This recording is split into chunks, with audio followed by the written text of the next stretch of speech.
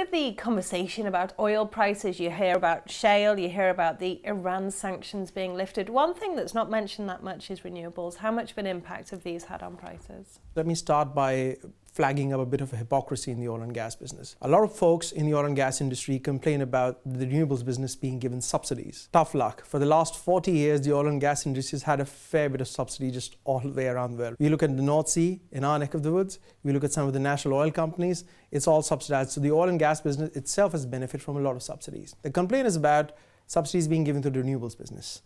I see that in an era of low prices, especially where tax receipts from oil and gas are coming down, if you look at some of the Gulf Cooperation Council economies, you look at the UK itself, when tax receipts from oil and gas come down, it has a detrimental effect on the wider economy, and by default, what we are seeing is that a lot of these subsidies are being removed, including right here in the UK. Will that have an impact? Most certainly that will have an impact, because despite the renewables business prominence, it is still in its infancy. Now, if you look at the state of Texas as a case study, very few people know or kind of pay attention to the fact that Texas as a whole has a great wind farm and solar footprint. And that was directly benefiting from the tax receipts from the oil and gas business. Will that be in jeopardy? It's difficult to say, because some of these renewable energy projects have a 5-year debt tenor, so they're not about the here and the now. But yes, the renewables business would be impacted.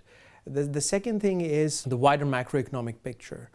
The renewables business has a lot to give. There are companies like Good Energy who are promoting renewable energy on the UK grid. These guys deserve pats on their backs, but they're in a climate which is still operationally not necessarily against them, but not totally in their favor either.